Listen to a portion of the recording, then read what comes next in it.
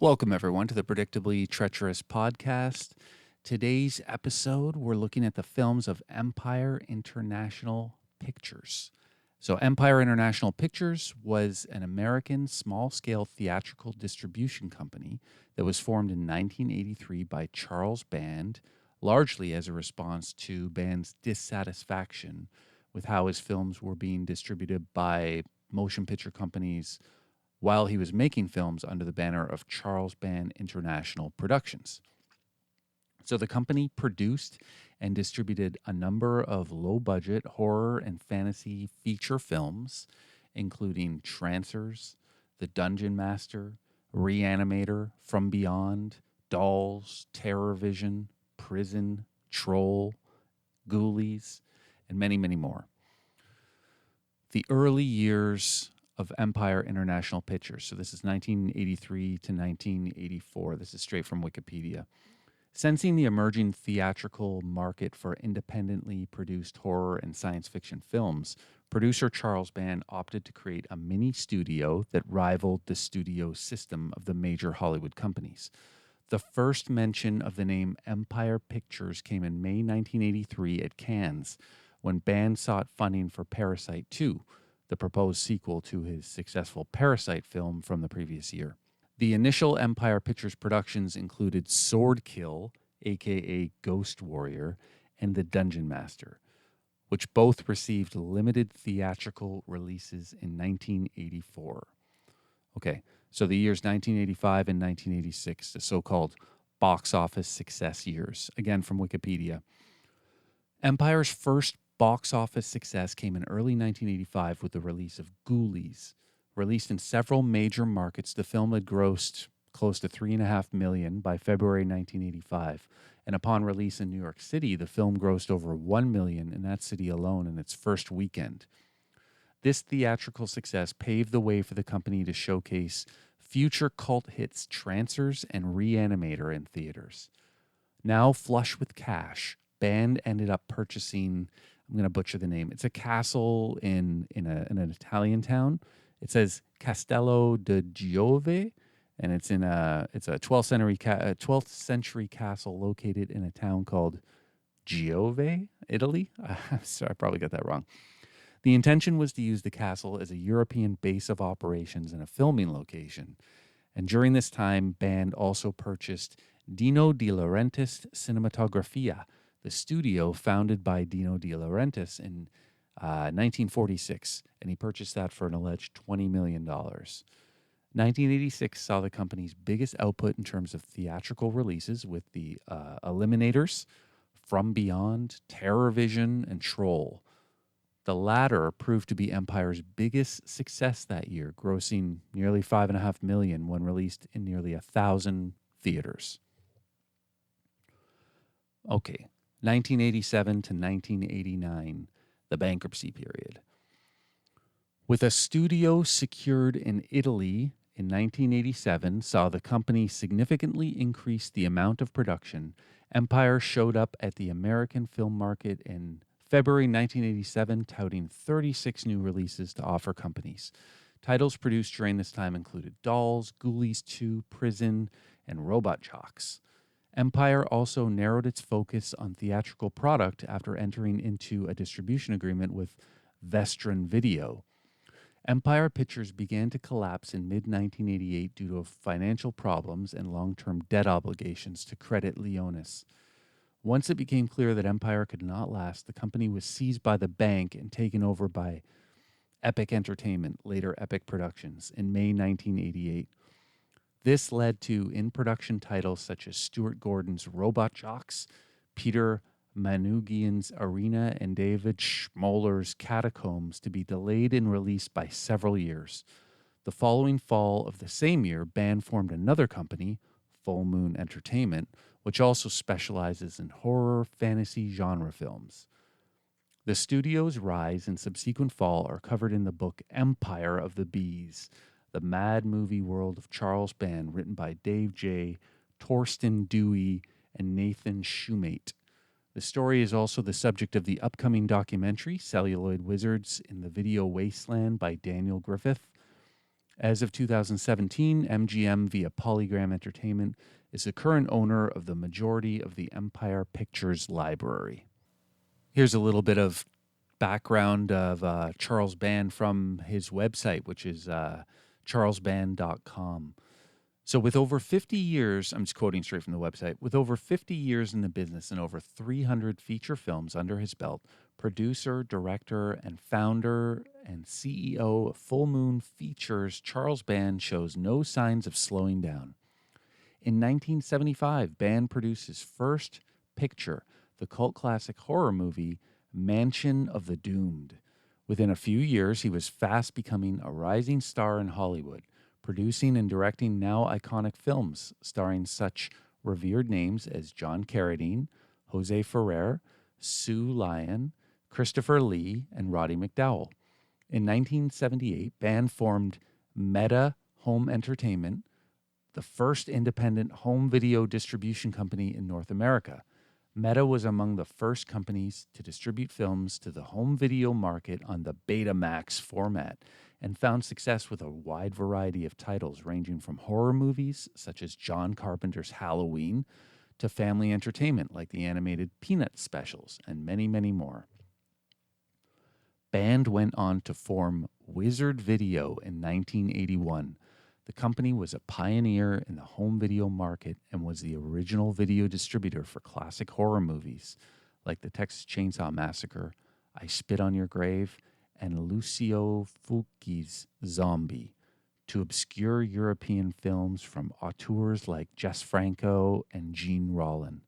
A forward-thinking company, Wizard foresaw the potential for massive growth in home video gaming and produced adaptations of The Texas Chainsaw Massacre and Halloween for the Atari 2600, which were in effect the very first horror console video games ever released.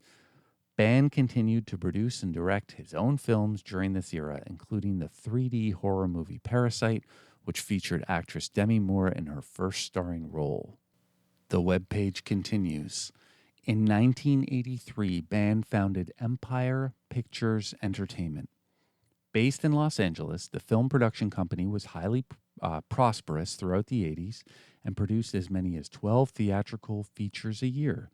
Empire Pictures Entertainment was responsible for some of the biggest cult hits of the 80s, including Ghoulies, Reanimator, From Beyond, Troll, and Robot Jocks. Band continued his track record of discovering untapped talent during this time, casting such future stars as Helen Hunt, Viggo Mortensen, Julia Louis-Dreyfus, Mariska Hargitay, and many more. At the end of the decade, Charles Band pioneered the independent direct-to-video feature with the formation of Full Moon Entertainment, 1989, and with it, the creation of Puppet Master, which has gone on to become the most successful direct-to-video film series of all time. Band soon teamed with Paramount Pictures and Pioneer Home Entertainment for direct-to-video releases on VHS and Laserdisc. The Video Zone featurettes at the end of Full Moon's movies, which showed how each film was made, presaged and anticipated the behind-the-scenes bonus content that is now considered a standard feature among contemporary DVDs and Blu-ray discs. With upwards of 20 releases per year, Band built a reputation as a versatile and frequent director of entertaining low-budget horror, sci-fi, and fantasy films. Band's Full Moon Entertainment, later renamed Full Moon Features, created many well-known video franchises throughout the 90s and into the new millennium. Aside from its extremely popular Puppet Master series, Full Moon continued the Trancers series starring Helen Hunt and Tim Thomerson, the Subspecies series, shot on location in Transylvania, the Bizarre Evil Bong series featuring Tommy Chong, and the infamous Ginger Dead Man series starring Gary Busey. During this period, Band worked with many talents who would later achieve greater fame in the industry, like Seth Green, Jackie Earle Haley, and David S. Goyer, to name a few. In addition to his relentless filming schedule, Charles Band continued to be very active in creating and marketing a wide variety of merchandise, including t-shirts, action figures, resin statues, and 1-to-1 scale replicas of full moons better known puppets and dolls, and publishing the horror movie magazine Delirium. Most recently, Charles Band has taken another step into the future with the creation of Full Moon Features. This pioneering video streaming service, a successor to the company's earlier Full Moon streaming channel, allows subscribers from all over the world to watch full moon films from the comfort of their computer or other internet-ready device. With a fully functional app available on virtually every platform, Full Moon Features adds new movies on a weekly basis from under Band's established Full Moon banner, as well as cult film imprints like Blue Underground, Something Weird, Video, and many, many more. In 2019, Full Moon launched their most ambitious project to date with Deadly 10, in which 10 new feature films were produced back-to-back all over the world with completely live-streamed shoots airing on www.deadly10.com. Each film had its world premiere on Full Moon Features as well as Full Moon, Amazon Channel, and other digital outlets. After decades of experience in the entertainment industry, Charles Band has cemented his legacy as a progressive businessman, prolific filmmaker, and cult movie icon. So as I mentioned before, there is an upcoming documentary, and it's called Celluloid Wizards in the Video Wasteland, the Saga of Empire Pictures. And it's currently in post-production, so it's not yet available. I love these kind of documentaries. I watched another couple like this, Blood, Boobs, and Beast, and it's a 2007 documentary about Don Dohler, and he's an independent filmmaker. So Don Dohler and Time Warp Films, which is his production company. And of course, there's Electric Boogaloo, The Wild Untold Story of Canon Films, which is a 2014 documentary about Golan and Globus and Canon Films and all the hits and stuff. It's a wonderful doc. Another one is Not Quite Hollywood, which is a 2008 documentary about the Australian cinema. They have a lot of wacky cinema that came out in the 70s and whatnot. Another one that I really enjoyed in this vein was 2014 documentary That Guy, Dick Miller, which is about the career of longtime character actor, extra bit part guy, Dick Miller, who has appeared in apparently over 200 films, over 6 decades. He appeared in, I think it's either every Roger Corman picture, or I don't know, it was for a stretch, like every one of his pictures or something.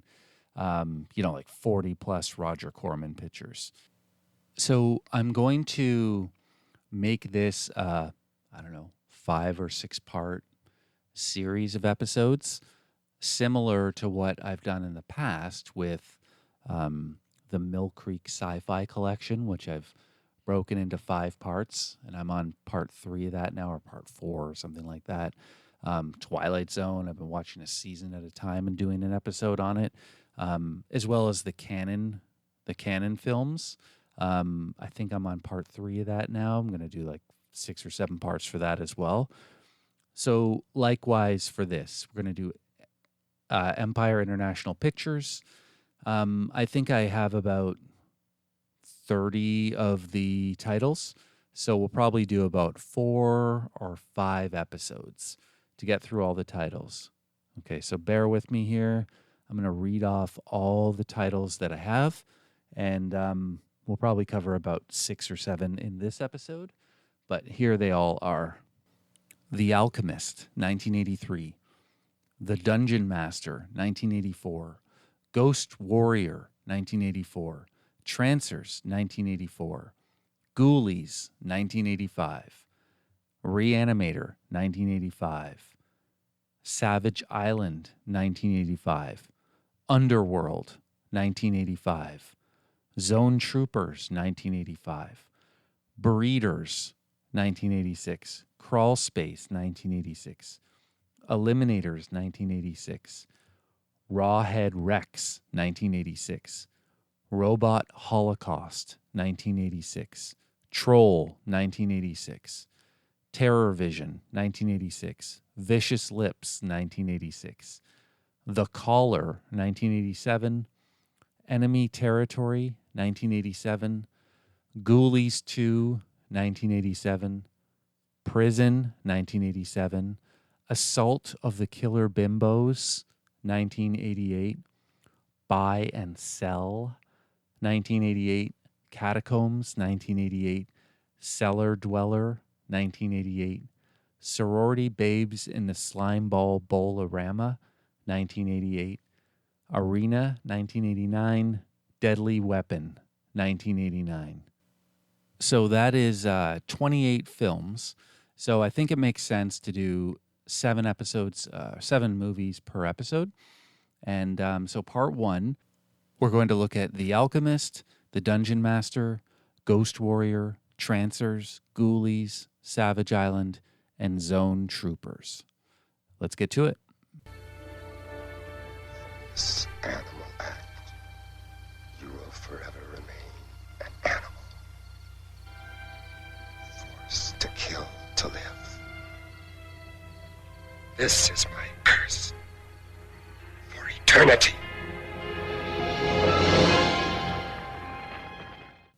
Okay, so first movie, we have The Alchemist from 1983, starring Robert Ginty, Lucinda Dooling, John Sandiford. I don't know any of these people. And again, that was from 1983, although the release date here says May 31st, 1985. So I'm not sure about that, but I think it's listed as 1983, like on Wikipedia and whatnot. Runtime, 86 minutes. So here's a breakdown from Wikipedia. In 1955, young waitress Lenora, Lucinda Dooling, finds herself inexplicably driving down the California highway to an unknown destination. This doesn't bode well for Cam, John Sandiford, the hitchhiker she picked up, because he has to endure her somnambulist driving. That's sleepwalking. The duo eventually end up at a gravesite in the woods and meet alchemist Aaron, Robert Ginty, who is just as shocked to see them as Lenora appears to be the reincarnation of his wife who was murdered nearly 100 years earlier. Okay, so what's sort of happening in this one? Actually, so the opening scene, it's like a dreamlike place. There's someone's dreaming it, right? So there's a dreamlike scene with a woman walking in a forest, and this guy grabs her. And then another guy tries to fight with the guy who grabs her. So he's trying to like rescue the girl. And in the struggle, the guy who's trying to rescue the girl accidentally stabs the girl. And then the guy who would grab the girl, he puts a curse on the guy who was trying to rescue the girl. And the curse is it condemns the guy to being an animal and having to kill to live, is the quote. And shortly afterwards, he begins to transform into an animal. So now fast forward to 1955. There's a woman driving along a highway, and she picks up a hitchhiker. So the woman has visions of the opening scene. So when she's having the visions, it's almost like daydreams. This is the sleepwalking that was described in the description in Wikipedia. It's like sleep driving, I guess. So she has visions of that opening scene, and she doesn't know what it is or what it's about. And then meanwhile, there's an old woman in a cabin, and she's performing some ritual, and she's trying to turn an animal into a man. And it's the man who was turned into an animal in the opening scene. She's trying to turn him back into a man.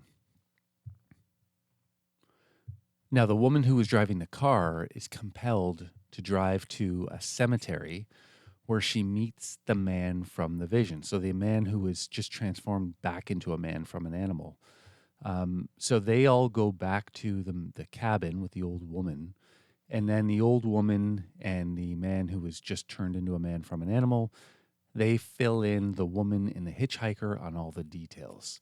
So the details are Delgado was the alchemist guy. He fell in love with Anna, which is the woman from the dream, and he put a spell on her.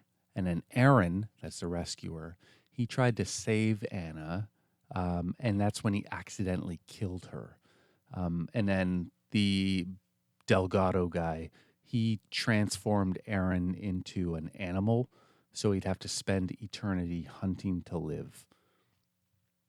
Now, Lenora and Cam, the modern girl and the hitchhiker, they leave in a car. So their car, they seem to have a different car. I don't really know what happened there exactly. But anyways, they leave the cabin. They're kind of freaked out, so they leave the cabin. But as they leave in the car, all these demons come out of a portal, and the demons start to attack their car. And then suddenly they drive up to the portal. It's, I guess, where the gravesite was, where they met the man. Anyways, they go inside the portal, and this is basically the big showdown. So when they go inside the portal, they're entering the world or the time when the dream was occurring. So the dream-like scene. So basically they get to reenact, or not reenact, but to relive the dreamlike scene from the beginning. And what happens is, of course, is that this time Aaron is able to kill Delgado. And when he does, I guess that releases him from his spell. And then he immediately melts. I guess because he's it's like 100 years later. So when he's released from the spell, he no longer is subject to living forever. So he's really old and he dies. And then that's it. I guess they're all released from the curse. So I don't know. I don't have much to say about this one. I didn't really like it. You could skip this one. Hi, Cal. Good evening, Paul. How did the repairs go? Oh, they went fine. Yeah, it's coming too easy. How was my time? 3 minutes over yesterday. Yeah, I guess I got a lot on my mind. Account overdrawn.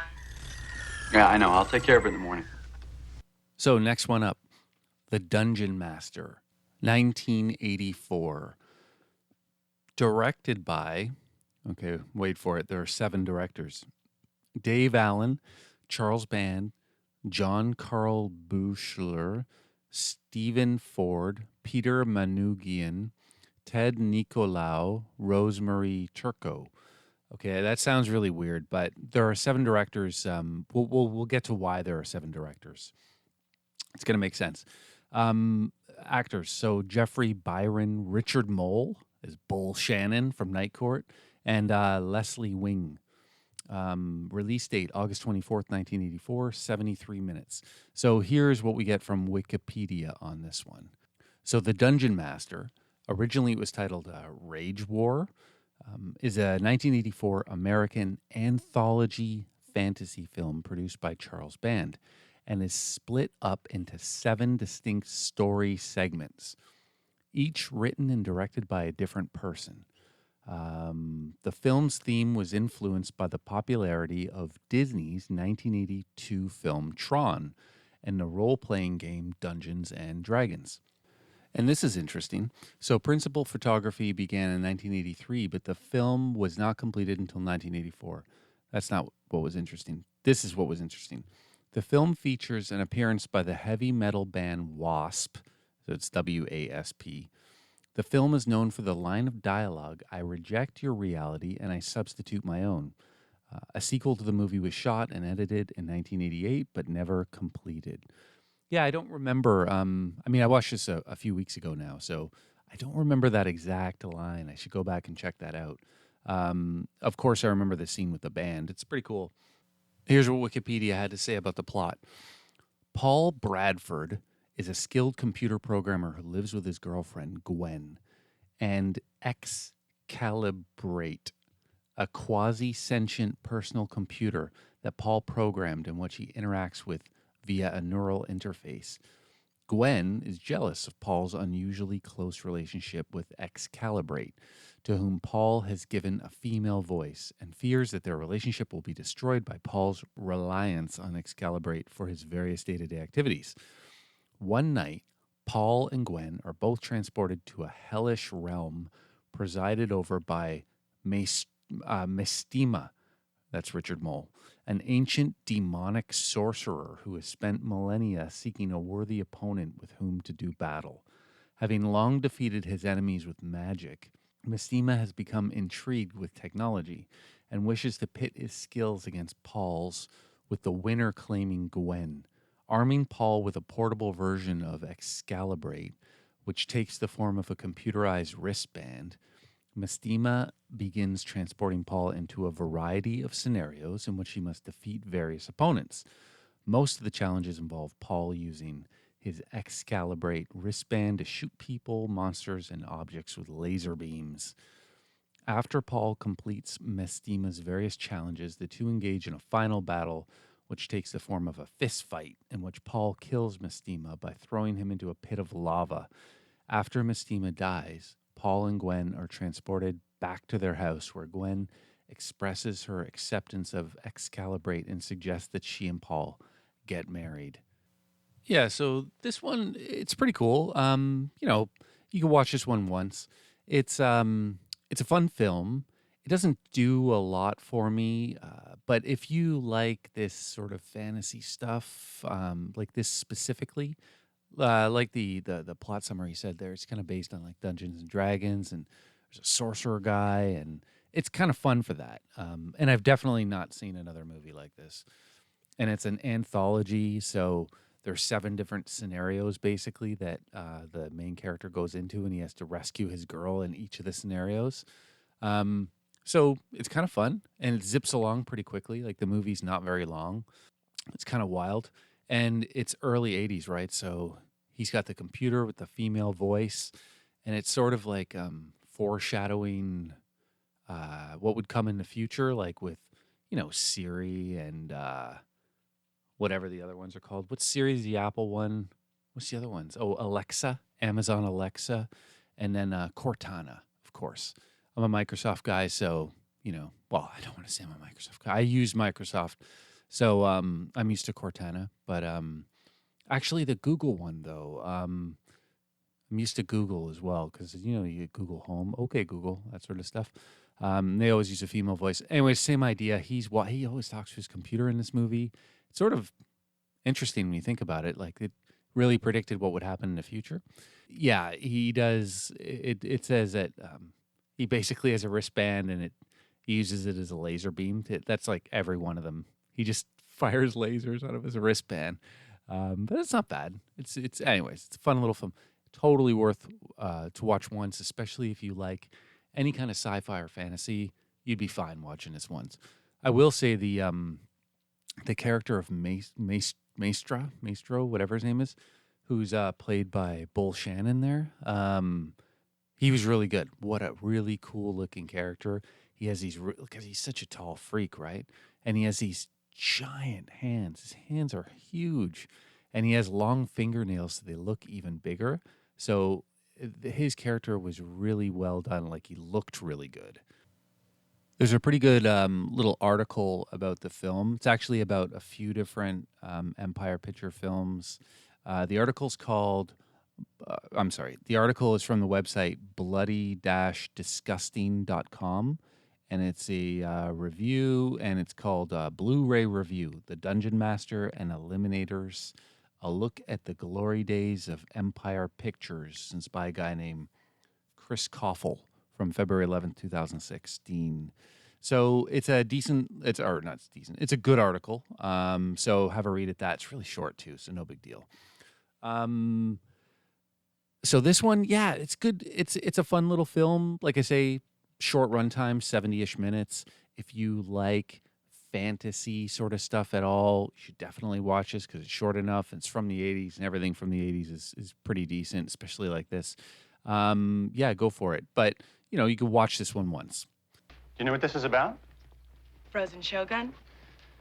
What else have you heard? They found this man frozen in ice, chipped him out, and sent him to you for an autopsy. Well, it's more than that. Much more. Okay, next one up, Ghost Warrior, 1984.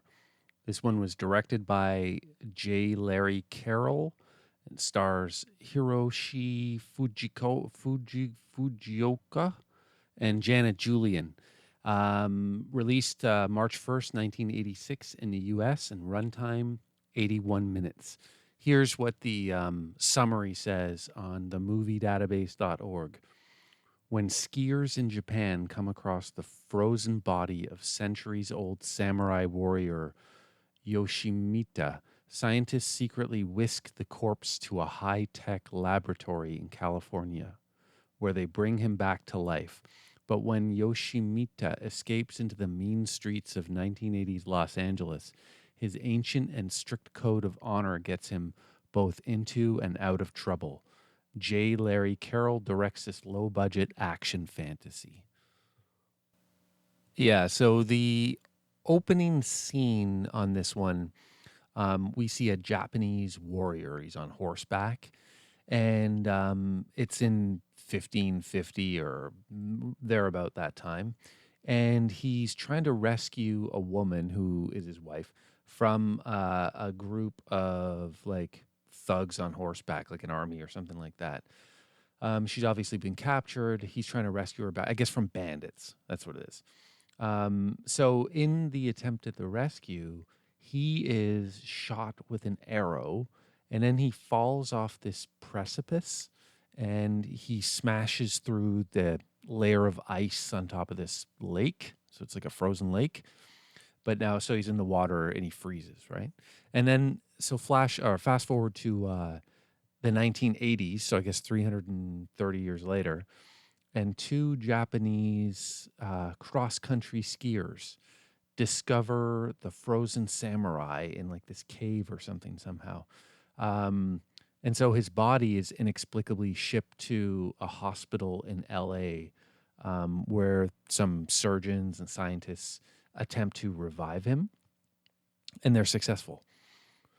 So the story is kind of told through, at first, the viewpoint of this research scientist slash journalist. I'm not sure what she is exactly. I think she's a scientist, but she's been brought on by the research team to work with the samurai and get him acquainted or better acclimated with the current time. So the samurai is, he's a man from a more violent and base time. So he's used to violence and defending himself, but he seems pretty peaceful anyway when he's just in the research hospital. Like he's not out of control or anything. But some orderly sees his sword and he likes it and he wants to steal it. So he tries to steal it while the guy's sleeping, and big mistake. The guy, so the samurai wakes up and fights him and kills him. And then the samurai actually escapes from the hospital as a result of this. And he wanders around LA and he kind of befriends an old man. An old man was being harassed and like robbed by some street toughs. So the samurai kind of rescues the old man and he kills some of the street toughs. And eventually there's a chase. They go after the samurai because they want to recapture him, right? So he eventually flees to the countryside. And then what we get in the final scene, like in the big showdown, the samurai is on horseback and he's following a group of police officers who have captured the research scientist, who's a female. So it's kind of a mirror of the opening scene of the movie when the bandits had his wife and he was on horseback and he was kind of stalking them in order to try and get an opportunity to rescue her back. So same thing's happening here. So the samurai, he tries to rescue the female research person back, who's kind of like a friend to him, and he gets shot and he falls into a river. And so it's the same idea, except it's not frozen because it's LA and it's like summertime. And that's it. That's the end of the movie. So yeah, nothing. It's okay. It's not bad. there wasn't much to it really. Like it didn't do a lot for me. You think of it as, oh, it's a samurai and he's in LA in a different time, so it's a fish out of water story, right? Yeah, sort of, but it's not really humorous like a fish out of water story. Like it's and it's all these movies seem to have like there's their fantasy underneath it. So it's not like your typical fish out of water story. Like I don't know, some guy goes to work with his in his father's company, and he's really like a loose cannon, and they're all stuffy there. No, it's not like that. Like he's a samurai and he's in L.A. at 300 years into his future, and I don't know. It's just not. It's not humorous. I don't know what the point to it was.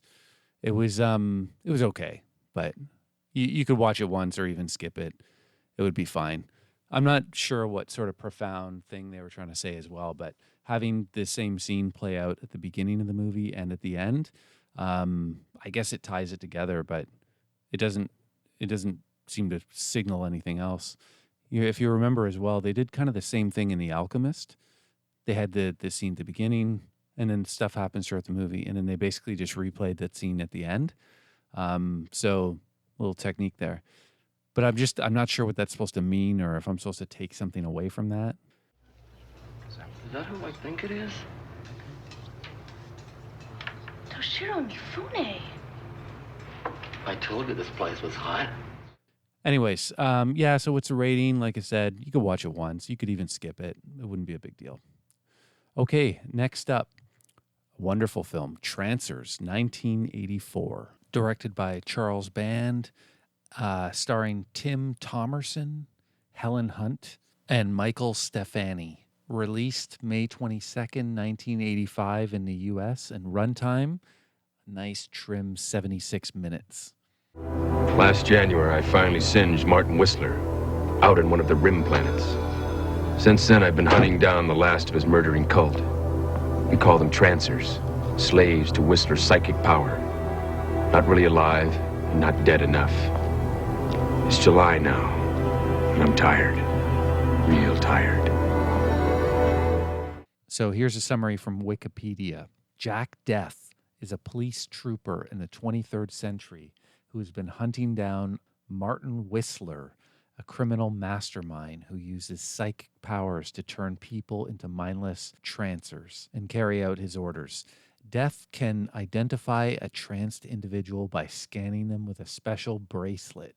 All trancers appear as normal humans at first, but once triggered, they become savage killers with twisted features. Before he can be caught, Whistler escapes back in time using a drug-induced time-traveling technique.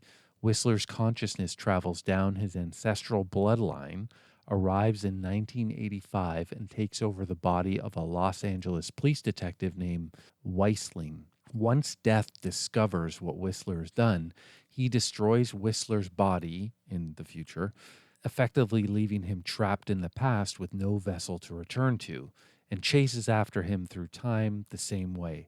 Death ends up in the body of one of his ancestors, a journalist named Phil Defton.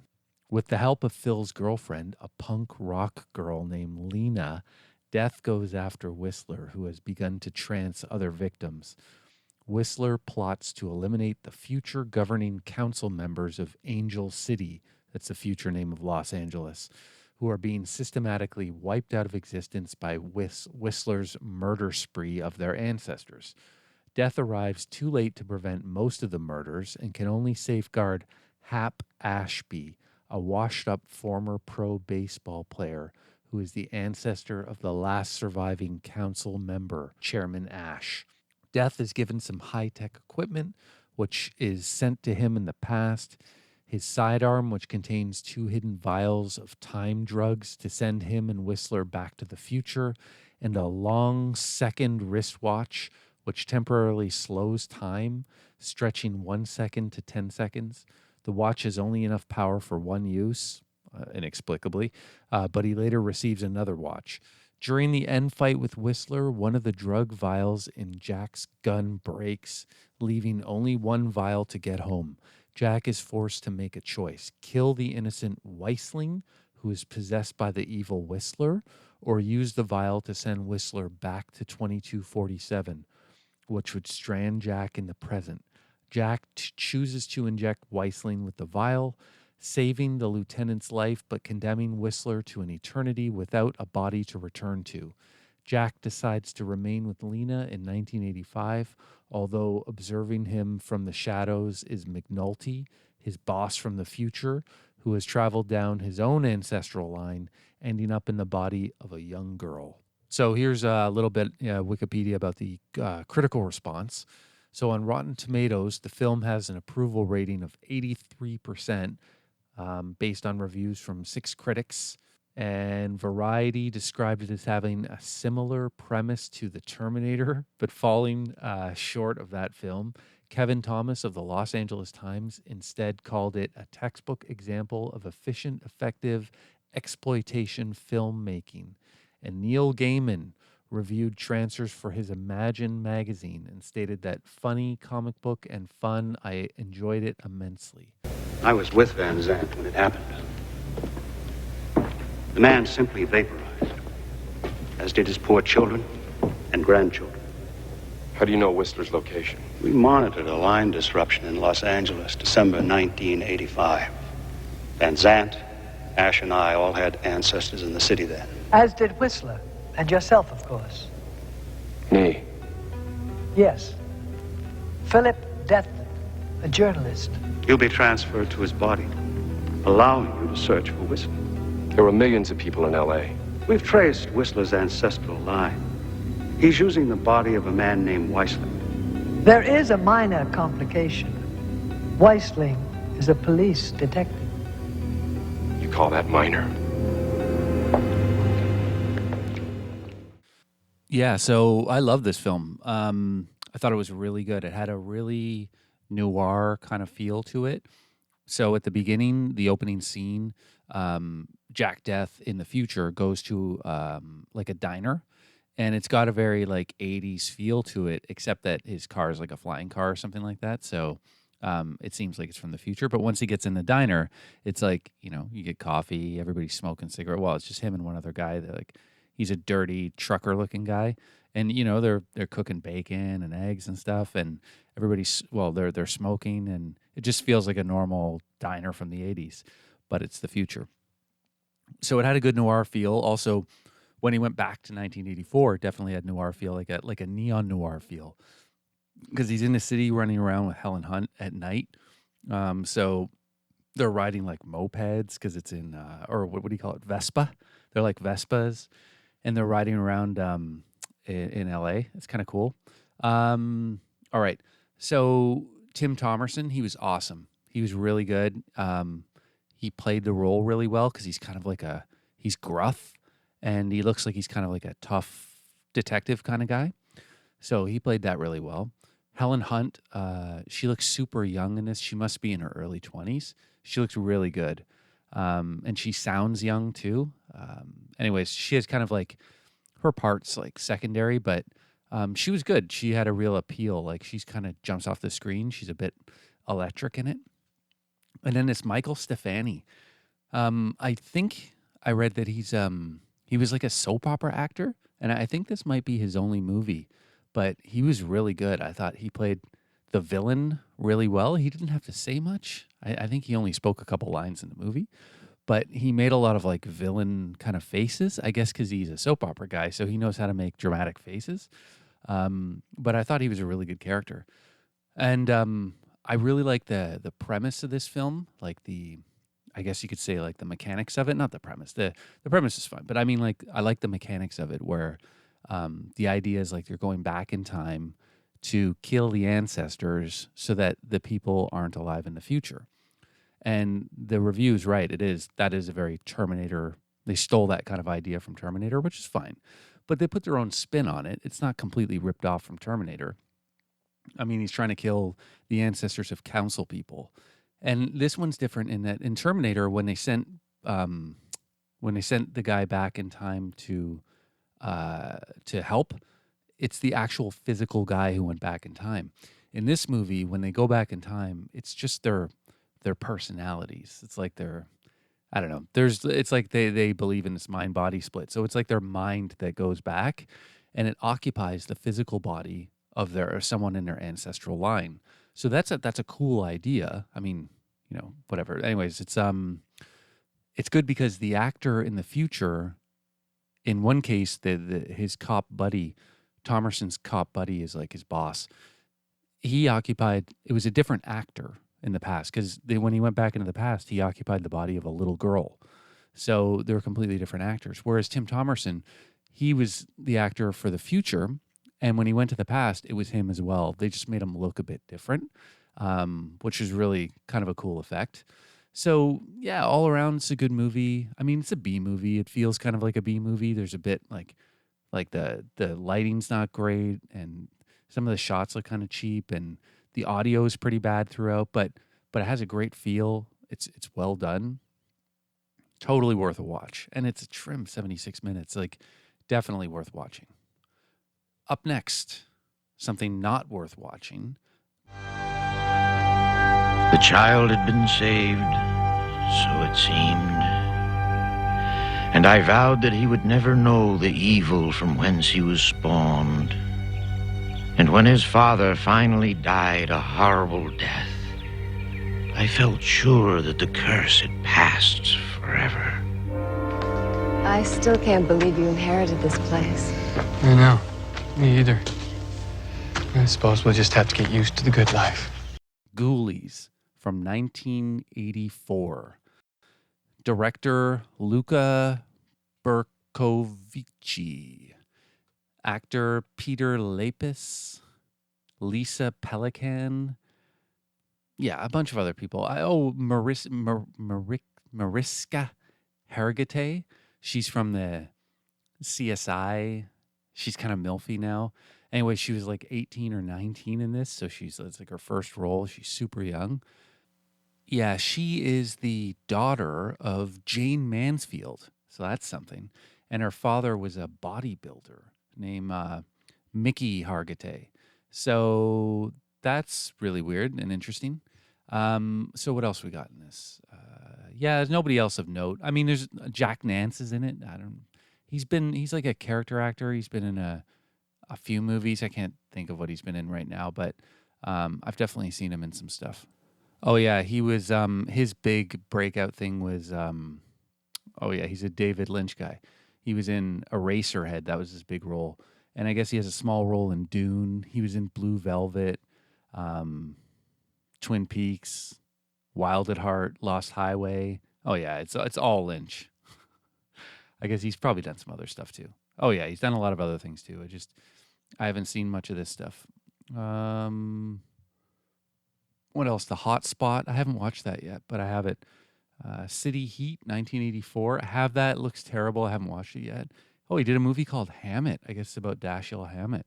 I'd like to see that. All right. So, released January 18th, 1985. Runtime 81 minutes. Just about the best thing going for this movie was the runtime. It's a crisp 81 minutes, but it was terrible. I was really shocked at how bad this movie was, because I think I get sold a lot on movie posters, and the movie poster for this movie is the little ghoulie coming out of the toilet seat. And I remember when I was a little kid, that was so intriguing. I thought, oh, that looks like a super cool movie. And I don't know whether I saw it when I was a kid or not. Presumably I did, but I couldn't remember it at all. And I bought it recently. I bought Ghoulies 1 and 2 and it was a cheap DVD. So, and when I watched it, I couldn't believe how bad this movie was. I would put this in my top 25 worst movies. And when I say worst movies, I mean movies that you've heard of that are bad. This is right up there, along with every Rock Hudson movie. So I'm going to read from Wikipedia here. Ghoulies is a 1985 American horror comedy film directed by Luca Bercovici in his directorial debut and co-written with producer Jeffrey Levy. It stars Peter Lapis, Lisa Pelican, Michael DeBar, Jack Nance, Scott Thompson, and Mariska Hargitay in her film debut. Plot. During a ceremony with a satanic cult, Malcolm, the leader, is about to sacrifice his child named Jonathan Graves when his mother, Anastasia, places a talisman around the neck that shocks Malcolm. He orders a participant named Wolfgang to take the child away and sacrifices her instead. At some point, Malcolm died and the cultists disbanded. 25 years later, an adult Jonathan and his girlfriend Rebecca inherit his late father's estate, where they find several books on magic and a basement full of occult paraphernalia. When they later throw a party and invite their friends, Jonathan recruits them to perform a ritual in the basement for fun. Everyone leaves when nothing happens, but a small creature begins to materialize in the basement. The next day, Jonathan tells Rebecca of his decision to quit college and work on the estate instead, to which she expresses concern. While cleaning up the house, Malcolm's ghost influences Jonathan to go into the basement to perform another ritual. Rebecca's concern grows when Jonathan refuses to eat, explaining that he is fasting. That evening, he conjures several creatures called Ghoulies. This is like 30 minutes into the film, by the way. You don't even really see the Ghoulies until 30 minutes into the film.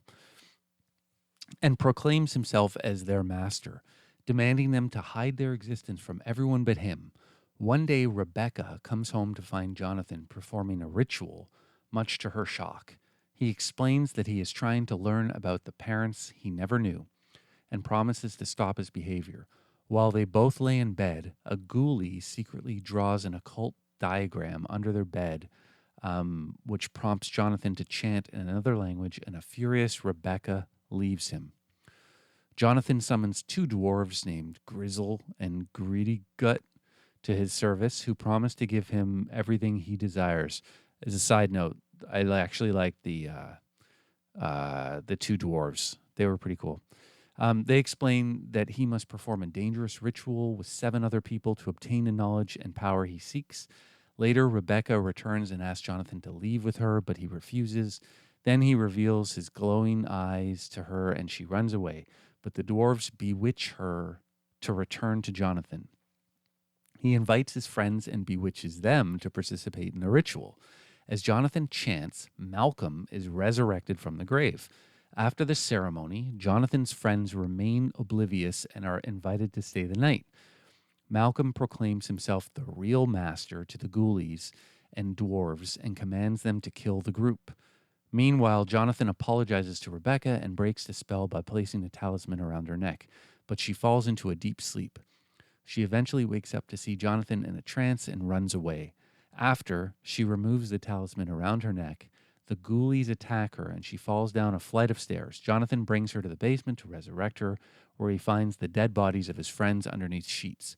Malcolm appears with the dwarves, revealing that he used Jonathan to resurrect him in order to capture his youth and sacrifice him. As a battle ensues, Malcolm resurrects Rebecca to distract Jonathan, but the dwarves alert him of the trap. Wolfgang appears with his own magical powers and fights off Malcolm. The house begins to crumble, and Wolfgang defeats Malcolm before they both disappear. Jonathan's friends and Rebecca are resurrected, and they escape to drive away as the dwarves watch. Riding with Jonathan and Rebecca, Mike asks about what happened, but Jonathan assures him it's over. However, Mike is alarmed when the ghoulies rise behind him. Oh man, this movie, this was such a slog. It was like that summary I just read. Like, what a giant slog that summary was. It's a really confusing plot, but basically, Jonathan, his dad, was an occultist guy, and he died in a ritual, and now he's from beyond the grave. He's trying to recapture his own power, like to come alive again and take over power, and he's doing it through Jonathan. And the Ghoulies play such a minor role. Like, the movie's called The Ghoulies. You think it's about them, but they're barely in it. Like, barely. It just seems really silly. It's like, it was clearly like the little creatures were cute and ugly, and you could tell they really wanted to do a movie based on these, but they just didn't have a good story. So they just made this ridiculous story. And then the Ghoulies are just kind of jammed in there. Here's a little bit about the critical response as indicated in Wikipedia. And this is very telling. This will back up what I'm saying. Vincent Canby of the New York Times dismissed the film as a cut-rate Gremlins, with unexceptional performances and a lot of badly simulated gore. Variety wrote that the film has a quaint corniness about it, as if it were a cheapy horror movie from the 1950s. Special effects and production values are mediocre, which in this case is part of the fun.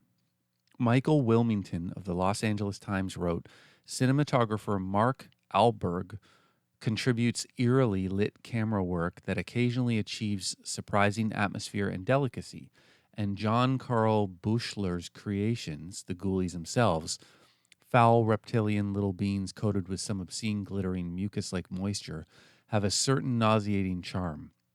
From there, however, it's a steep downhill slide. Kim Newman of the Monthly Film Bulletin called it an unashamed rip-off which contrives to ignore its obvious inspiration, Gremlins, and comes up with yet another prime example of the comic bookish vitality, wit, and simplicity which has become Band's trademark. On review aggregator websites Rotten Tomatoes, the film holds an 8% approval rating based on 13 reviews. 8%! That's terrible. It is bad. It's a seriously bad film. I don't know what the timeline was. I'm sure if I looked hard enough, I could find it about Ghoulies and Gremlins. But based on a lot of the Charles Band films, it seems like they take a similar idea. They take their idea from their movies, sometimes from another movie that was popular, and they try and do it with a bit of a spin. So example would be Trancers that we just talked about. Like it's clearly got a lot of similarities to Terminator, but they put their own spin on it, and it's kind of fun. So presumably the same thing is happening here with Ghoulies, where they looked at Gremlins or the idea for Gremlins, and they were like, oh, well, we'll do something similar and put our own spin on it. But that being said, I didn't look closely at the timeline. So I think these two were a little more simultaneous than that. So it may have borrowed some things from Gremlins somehow, but I'm not entirely sure that Gremlins came out first, or at least started production first. Anyways, but that's just something to think about, is that does seem to be part of the way Charles Band films operate, where they take a film that was mainstream and popular, and they kind of they take some plot ideas and they make their own version of it. So anyways, you can skip this one. It's a terrible film. So next one up, Savage Island. Speaking of terrible films, Savage Island, 1985. Director, Ted Nicolau. Actors, Linda Blair, Christina Lay. Released September 1st, 1985. Nice crisp runtime, 79 minutes. I was your slave, Mr. Luker. Me and 100 other women down in South America, digging up your precious emeralds with our bare hands. I don't know what you're talking about. I procure my emeralds through middlemen. Middlemen who run the prison and promise inmates shorter sentences in exchange for hard labor. What they don't tell you is that 1 week on your Emerald Island is like 1,000 years in the shittiest South American hole. You're a raving lunatic. Maybe so. Thanks to you. I swore when I got out of there I'd get even. It took me 2 years to do this. And as of today, no more Emerald Island. No real Wikipedia page for this, but there's the moviedatabase.org. Women who have been captured and sold as slave labor to a South African emerald mine hatch a plan for revolution and revenge. And what's indicated here is that it looks eerily similar to a movie called Escape from Hell from 1980, which was an Italian release. That's what it says in the moviedatabase.org. I haven't seen that film, so I don't know. So what are my thoughts on this one? Yeah, it's from the women's prison genre, and it's in women's prison in a hot, sweaty, Central/South American swamp-like island location. There's lots of nudity, and there's a prison break. So this one is actually told through the framing of a flashback narrated by a former prisoner, who basically, this former prisoner, Linda Blair, she, at the beginning of the movie, she enters this corporate building and fights her way upstairs. Like she kills the guard in the lobby, and then she gets in the elevator, goes upstairs, and gets into the office of the head honcho. He's a big fat capitalist, and he's like smoking a big cigar, lighting it with $100 bill or something. And she's basically she has like a machine gun under her fur coat, anyways. And she's like she proceeds to tell him the entire movie. Like she tells the whole story to him, so it's told in flashback. But basically, this prison with all these females in it, and they're being like, abused and tortured, and they're half naked all the time, and they're looking for these diamonds, or it says emeralds or something. And these guys come to deliver more prisoners, but secretly they're there to break the girls out, and they do. So there's a big battle. All the guards are killed, most of them anyway, and all the women start to leave to escape. And then some of the guards give chase, and many of the women are killed along the way, along with the guards. And eventually, like a couple of them get to the boat and escape.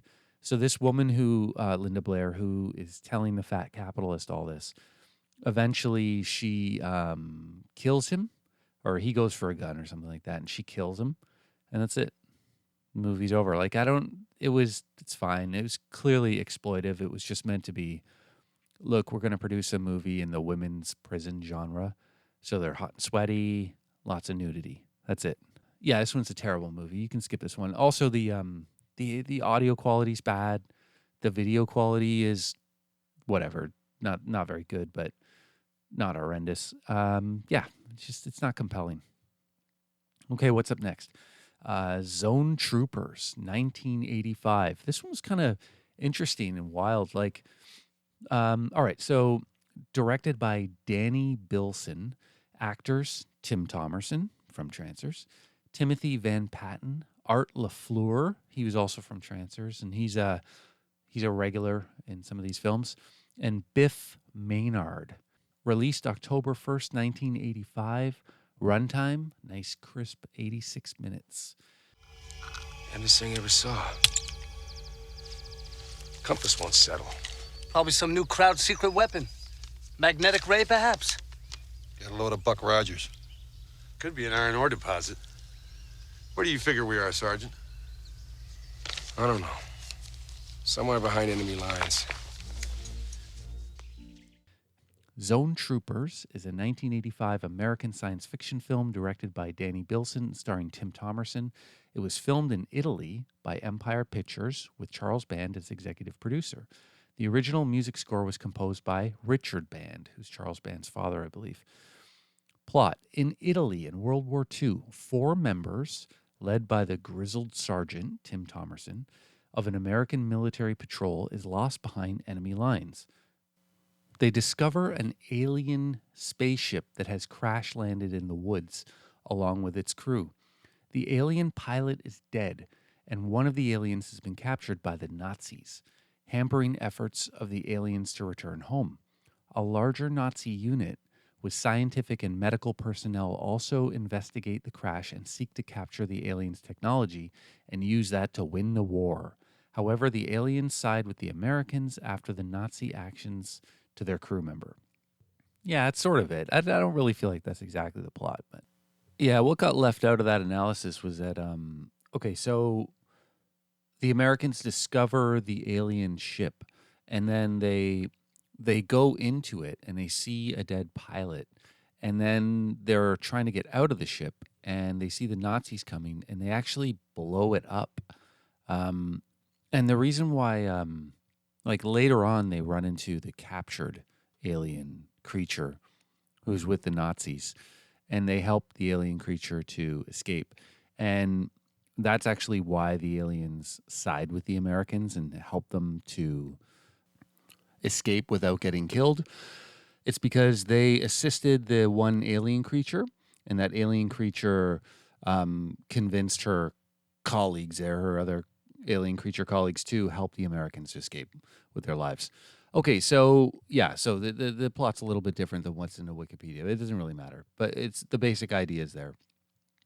So this movie was pretty interesting. Tim Thomerson, again, he was really good in this.